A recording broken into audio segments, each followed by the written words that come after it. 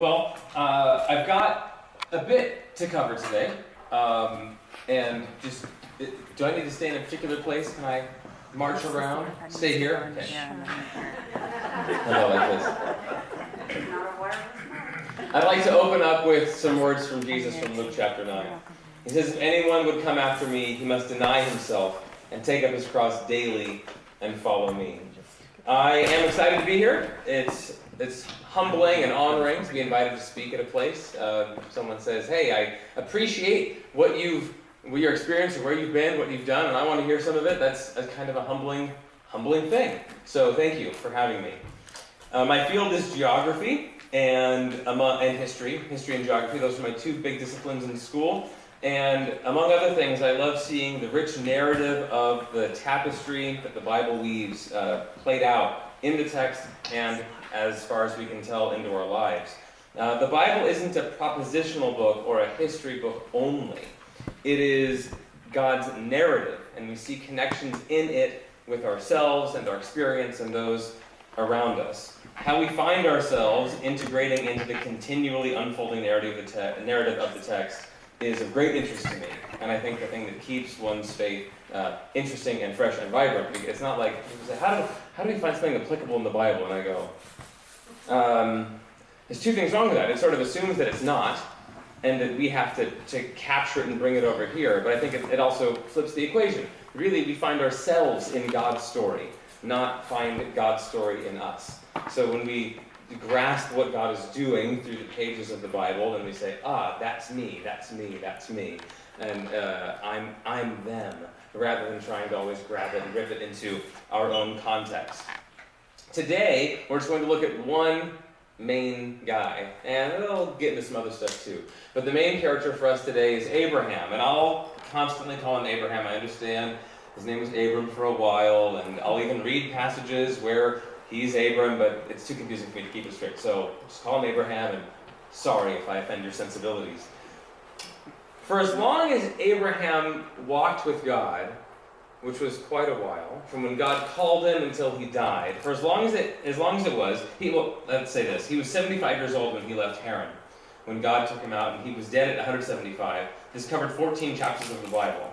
So about 100 years passed, and in that time, Abraham is only said to have built 4 altars to worship the Lord. 4 in 100 years. You think the progenitor of God's people, the father of faith, Abraham, he'd just take 4 steps and build another altar. They'd just be all over the place. But it's not so. Only 4 recorded. Maybe he did more, but the Bible only gives us 4. And so let's take a look at that. Some of you may have it memorized. Some of you may have a Bible. You can just listen. It'll be fine. I'm going to read you from Genesis chapter 12. And if I was really good at this, I would have bookmarked a place in the Bible. Genesis chapter 12, verses 1 through 3. The Lord had said to Abram, "Go from your country, your people, and your father's household to the land I will show you. I will make you into a great nation, and I will bless you. I will make your name great, and you will be a blessing. I will bless those who bless you, and whoever curses you I will curse, and all peoples on earth will be blessed through you."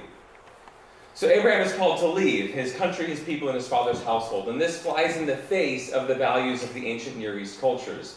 The two most powerful or most valuable resources for an ancient Near Eastern person were not gold and oil or camels and sheep or anything like this. The two most valuable resources were land and family.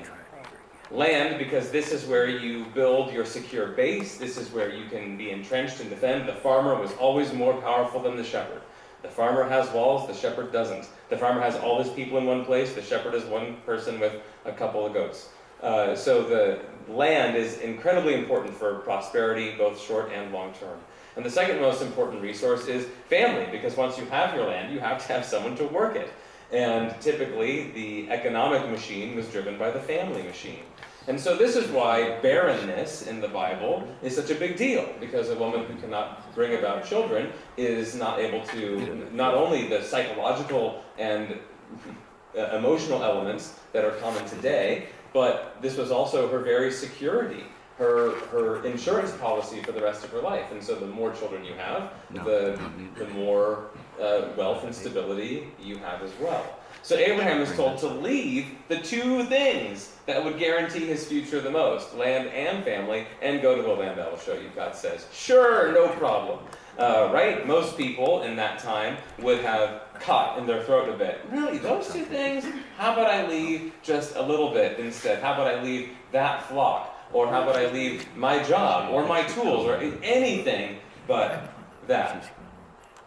So Abraham's called to go, and God gives him some promises. Abraham is called to go and then receive some promises.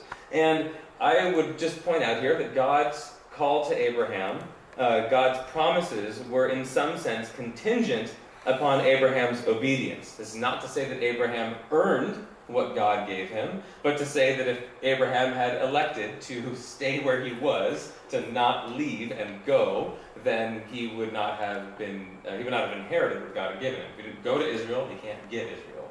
So, Genesis 12:4, the first part of it, the very next verse, some of the most powerful words in the Bible.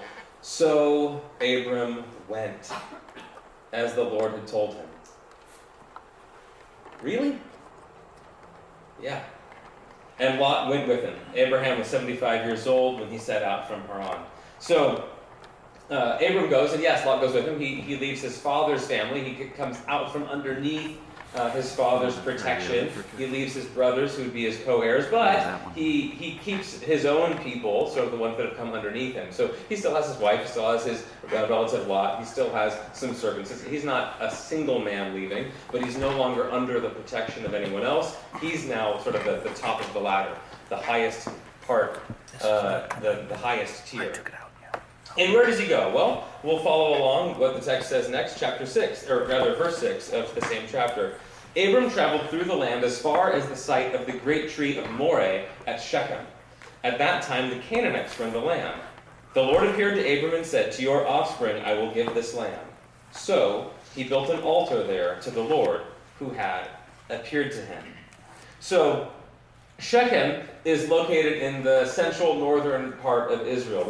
We'd say the northern part if we have a north and a south. But it's pretty middle of the line of the whole nation of Israel. And Shechem particularly is a city that's in a bit of a geographic crossroads. If you were to stand in Shechem, you see two great big mountains. We'll talk about them later. Ebal and Gerizim, two big rounded hills named. Great big mountains makes you think maybe snow-capped peaks. Not like that. You could hike up it in a little while. It wouldn't kill you.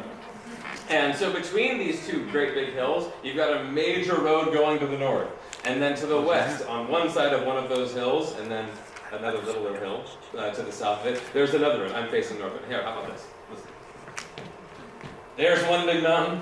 There's another big mountain. Great big road straight through the middle. And then behind us as well. And then a smaller little hill this way, and a smaller little hill this way, and kind of a road that way, and a road this way. And so, turn your back on your audience. That's the first rule of public speaking. So we have this great thoroughfare here in Shechem. And it is a major city throughout Israel's history. It became the first capital of the northern kingdom of Israel under Jeroboam, if you want to read that story in 1 Kings. Now, Abram is coming all the way from the north, and the text completely skips all the traveling he did. He left Haran, and then he shows up in Shechem. Just poof, there he is. So we skipped all going through Galilee. We skipped him passing by Damascus. Hi, Damascus. We skip all that. Now he is right in the heartland, on the border between what would later become the tribal inheritance of Ephraim and Manasseh. So this is his first recorded landing. And here God shows Abraham the land his descendants will inherit. How do we know that? Because it's what he said. I'll remind you. Verse 7. The Lord appeared to Abram and said, to your offspring I will give this land. So Abraham built an altar there to the Lord who had appeared to him. So probably when God says, I will give this land, he did he did not give Abraham some grand vision of the whole country. Probably he could have. Some miraculous vision where Abraham saw from the Dead Sea to the Mediterranean Sea to the Sea of Galilee. Maybe. But probably he just had Abraham look around. To your descendants I will give this land. the specific terrain that we were talking about. Okay, well this is all going to come together. That's what happened at Shechem, what God said, and how Abraham responded. Well, what happens next? He moves on, verse 8. From there, he went on toward the hills east of Bethel and pitched his tent, with Bethel on the west and Ai on the east. There he built an altar to the Lord and called on the name of the Lord. So here we are, just very next verse. Bethel is now the second time that Abraham has built an altar. The first one was at Shechem, second one's at Bethel. And so he has traveled south a bit more. Bethel is in the hill country, not too many miles north of Jerusalem. It's a walkable day. If you were to go from Jerusalem north, you can hit Bethel. And Bethel is, now, this is maybe a little difficult, but immediately to the north, hey, there's a thing. Immediately to the north of this region, that's the heartland of the tribal inheritance for Benjamin. So the land of Benjamin, later on, of course, it hadn't happened yet. So the heartland of Benjamin is just north of Jerusalem. And Bethel is just north of that. Now, why is this important? Because the heartland of Benjamin is a great, flat tableland. You can see the whole thing on a good, clear day. It's not gigantic or anything. But there's 4 main cities that guard it. And if you controlled the Benjamin plateau, this flat land, you controlled all this traffic, east, west, north, south, because as a big flat land among mountains, it was the natural roadway to go. If you wanted to get from Jerusalem, let's say, to the coast, you would most naturally go up to the heartland of Benjamin, hang a left, and go out to the Mediterranean Sea. If you wanted to go from Jerusalem all the way into Galilee, and you were going through the middle of the country and not skipping Samaria like they did in the New Testament, you would go straight through the heartland of Benjamin and go south to north. This is clearly the way that Abraham is going as he goes from Shechem down to Bethel, straight line. We're going to see he went straight through this area. Some people have reckoned that if you consider the travel that happens in the Bible, that this tiny little acreage in the heartland of Benjamin, that area is touched by 60% of Bible stories, which is an awful lot for a place you've never heard of, and for the cities of which that aren't really mentioned by name. But just how did they go? Well, they had to go through this area. It's a major nexus, even though it's good and tiny. It was usually controlled by Judah throughout history, and it's the last stop before you're going to get to Judah while you're still in the north.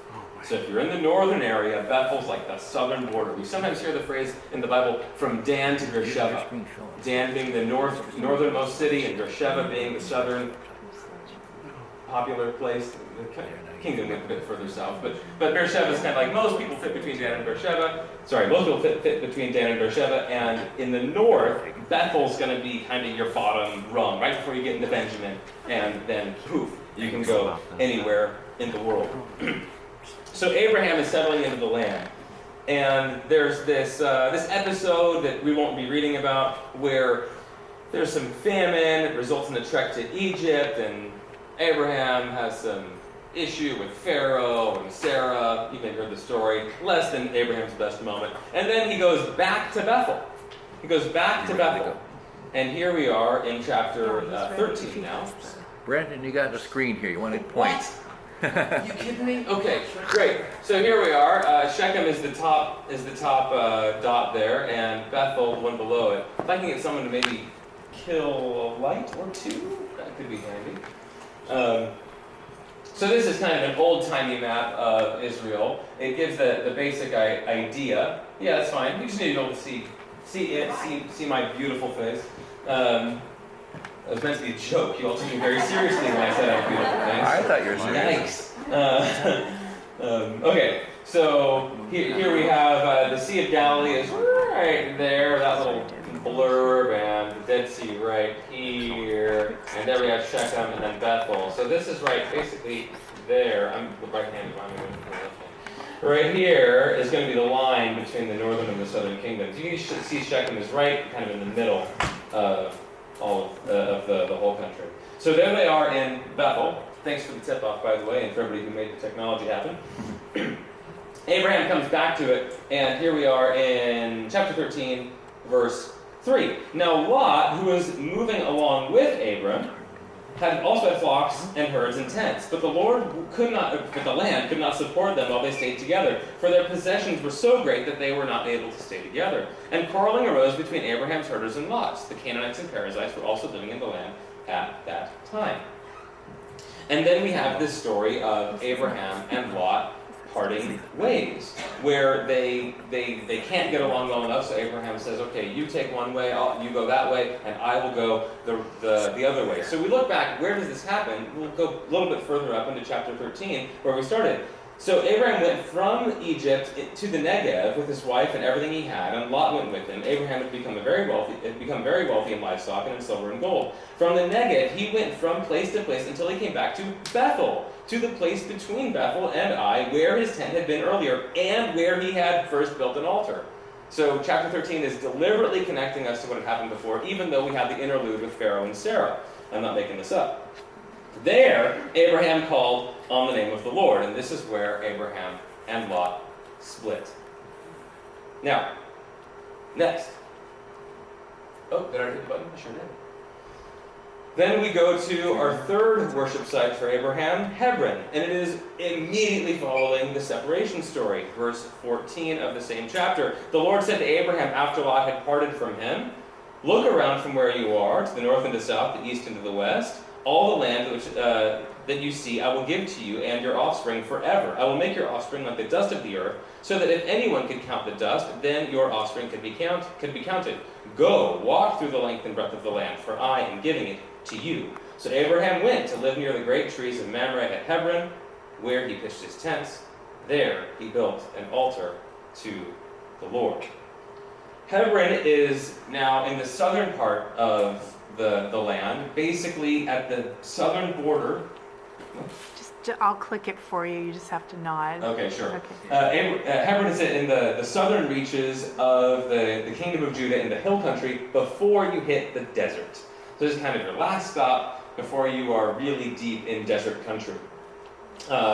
And this here, God shows Abraham the land north, south, east, and west, confirms that he will give all of it to him forever. And Hebron is known throughout biblical history, not a lot by name that happens there, some major events, but it's a major center. It's a major center for trade, east and west in the south, and east and west in the south, and north and south throughout. You can see Abraham's going in a nice straight line as he makes his stops and builds his altars. Abraham is told to walk through the land like he does. And here God promised to make a great people inhabiting the whole land. So we've got 3 places, okay? Here's our quick recap. Abraham's been to 3 places since he entered the Holy Land, and he's built an altar at each of them. Again, he stopped other places, but here's where the altars have been built. In the first place, God says, "I'll give you this land." In the second place, Abraham and Lot divide. And in the third place, God promises that this will be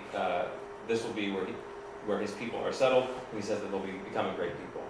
So now we go to the fourth one, and this is the one called Moriah. Here we jump way ahead to Genesis 22. So in the 14 chapters and 100 years of Abraham being in the area, we have 3 worship sites, and they all took place in 2 chapters of the Bible. Bam, bam, bam. That's all the first part of the Bible is talking about. Then we get into all sorts of other stuff about Abraham, and we come back to another altar in Genesis 22. Sometime later, God tested Abraham. He said to him, "Abraham." "Here I am," he replied. Then God said, "Take your son, your only son whom you love, Isaac, and go to the region of Moriah. Sacrifice him there as a burnt offering on a mountain I will show you." Early the next morning, Abraham got up and loaded his donkey. He took with him 2 of his servants and his son Isaac. When he had cut enough wood for the burnt offering, he set out for the place God had told him about. On the 3rd day, Abraham looked up and saw the place in the distance. He said to his servant, "Stay here with the donkey, while I and the boy go over there. We will worship, and then we will come back to you." Abraham took the wood for the burnt offering and placed it on his son Isaac, and he himself carried the fire and the knife. As the 2 of them went on together, Isaac spoke up and said to his father Abraham, "Father?" "Yes, my son," Abraham said. "The fire and the wood are here," Isaac said, "but where is the lamb for the burnt offering?" Abraham answered, "God himself will provide the lamb for the burnt offering, my son." And the 2 of them went on together. When they reached the place God had told them about, Abraham built an altar there and arranged the wood on it. He bound his son Isaac and laid him on the altar, on top of the wood. Then he reached out his hand and took the knife to slay his son. But the angel of the Lord called out to him from heaven, "Abraham, Abraham!" "Here I am," he replied. "Do not lay a hand on the boy," he said. Do not do anything to him. Now I know that you fear God because you have not withheld from me your son, your only son."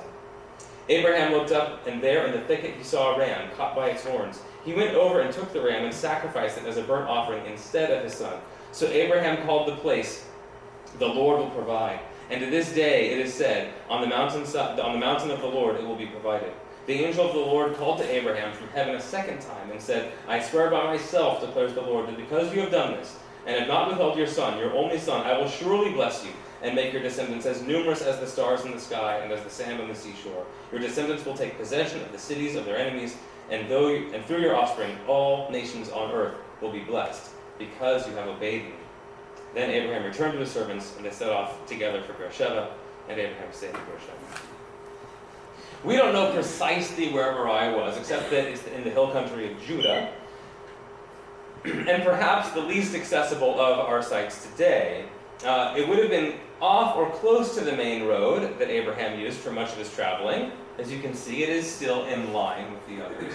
But it is not necessarily in this crossroads or this nexus of walkways as the others are. It's probably somewhere off of a main road or near a main road, but not at a junction of many main roads. And here God says, "Take your son, your only son, the one you love, Isaac, and go to the region of Moriah." Take your son. Which one? Your only son. Which one? The one you love. Which one? Isaac. We're getting real specific. Abraham can't swerve out of this. And he's told to go to the region of Moriah, and the specific location will be given as he gets there. When he gets there, he builds the altar and begins to offer Isaac as the sacrifice. Now, just a quick word on the age of Isaac. Isaac's age has to be somewhere between childhood and 37 years. Because that's how old he is in the next chapter when Sarah dies. So somewhere between kid and 37 is a pretty big window. Abraham is 100 years older than Isaac. We know that from Genesis 21:5. And we know that he's at least old enough to carry the wood, while Abraham carries the flint and the knife, or the fire and the knife. Josephus says he's 25 years of age. That's in Antiquities. And all I'm trying to get at here is that, in my view, Isaac, being the guy who's carried the wood for the sacrifice and not the steel and the flint, that Isaac is not getting overpowered by his plus 100-year-old dad. That Isaac is a willing sacrifice when he's finally on the altar. And he may be even wondering about this. Dad, where? I see this, but where's the sacrifice? And then Abraham goes, he says, "The Lord will provide," and Abraham puts him on the altar. There's no words of struggle or running or fighting his father or anything like this. And again, I'm not saying that he wasn't a young child. He could have been. But it seems to me more plausible that he is a willing sacrifice.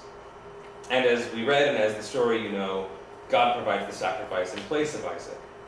So these events draw our attention because they're the only worship altars for Abraham, and as part of the great tapestry of the text, we see these events echo through history, or we are going to see how they echo through history. So let's take a look now at what I would say is the fulfillment, the future fulfillment to Abraham, passed to us, of his worship sites. Can I get the next slide? Oh, that's Shechem. Hey, see those hills? There you go. I was trying to describe the thing that I knew was on the slide, so there we go. And the next one. So here we are. We've got, well, you'll see it as it comes out. So let's go back to Shechem in our minds. We hit the next one. Yeah, okay. So here we have Shechem on the left, and then Abraham is this middle column, and then Israel on the right. And here it says Genesis 27, God renews his promise, saying, "To your offspring I will give this land." Well, to all you great Bible scholars, you may recall that some other things happened at Shechem later on in biblical history. In the book of Joshua, chapter 24, verses 1 to 28, we are near the end of the conquest led by Joshua into the promised land. And it is basically at the end of this conquest, this is where Joshua brings the people. And he reminds them of God's goodness to Abraham in bringing them here. And he reconfirms the covenant, verses 14 to 27. And then, verse 28, he sends everybody to their inheritance. Now, geographically, this is a good place to do this because you can put people up on the hills. Don't go back there. You remember seeing those hills. You can put people up there and talk to them like you're in a theater, and they can actually listen to you. And if they're going to go to their tribal inheritance, they can take any one of these great roads to get wherever they're going. You go to the north, great, go that way. If you're off to the east, go that way. Northeast, go either one, you'll get there. We're not off in some little backwoods area. You're right in the middle of the country, and you can get anywhere that you need to go. And so here, Joshua releases or sends the people everywhere to get, will this work? No? No, we don't have you hooked up yet. Okay. So in the next one, here we are in Joshua 24, the covenant is renewed, and the people go to their inheritance. So God renews his promise to Abraham. God renews his promise to Israel. God promises to give Abraham's offspring the land. Abraham's offspring get the land. This is not rocket science. This is just what happened. And the Bible doesn't cudgel you with this parallel, but I think if we're paying attention, we do, in fact, see it. Let's take a look at Bethel. The next slide. Here, in Genesis 12 and 13, Abraham and Lot divide. Abraham and Lot part ways. Well, in 1 Kings chapter 12, we see the fulfillment. After Solomon dies and his son Rehoboam takes over and makes some poor governing choices, you may recall the line, "My father whipped you with whips, but I'll whip you with scorpions." That's a classy thing to do, Rehoboam. Thanks. The people, understandably, rebel against him. Jeroboam takes the reins in the north and is king. The kingdom fractures in two, and we enter this whole new period of biblical history called the divided monarchy, with the kingdom of Israel in the north and Judah in the south. Using the politics of worship, Jeroboam sets up an altar in Bethel and Dan, and says, "This is where you can go, people of my kingdom." And so he prevents his own people from crossing the border to go to Jerusalem, correctly understanding this is a rather shrewd move, if quite a bit evil. He's keeping his own people from worshiping in Jerusalem because he knows if they worship in Jerusalem, the southern kingdom will have power over his people, and he may lose his sway, and maybe the kingdoms will get united again.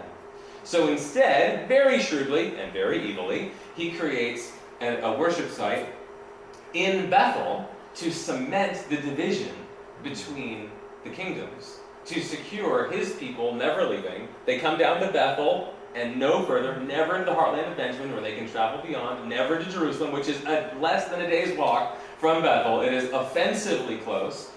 So, you don't need to go to Jerusalem, just stop a little bit short of that. Just stop a little bit short. And worship here in Bethel.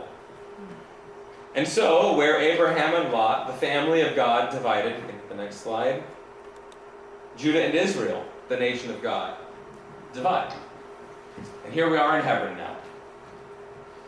In Hebron, what do I have on the slide here? In Hebron, God promises to make Abraham and his descendants a great people. I don't know why that last word isn't there, it'll come later. Genesis 13:18, God promises to make Abraham and his descendants a great people. Well, in Hebron, 2 Samuel chapter 5, David is anointed king of Judah and of all Israel. And he reigns here from 7.5 years, and it is at none other than Hebron.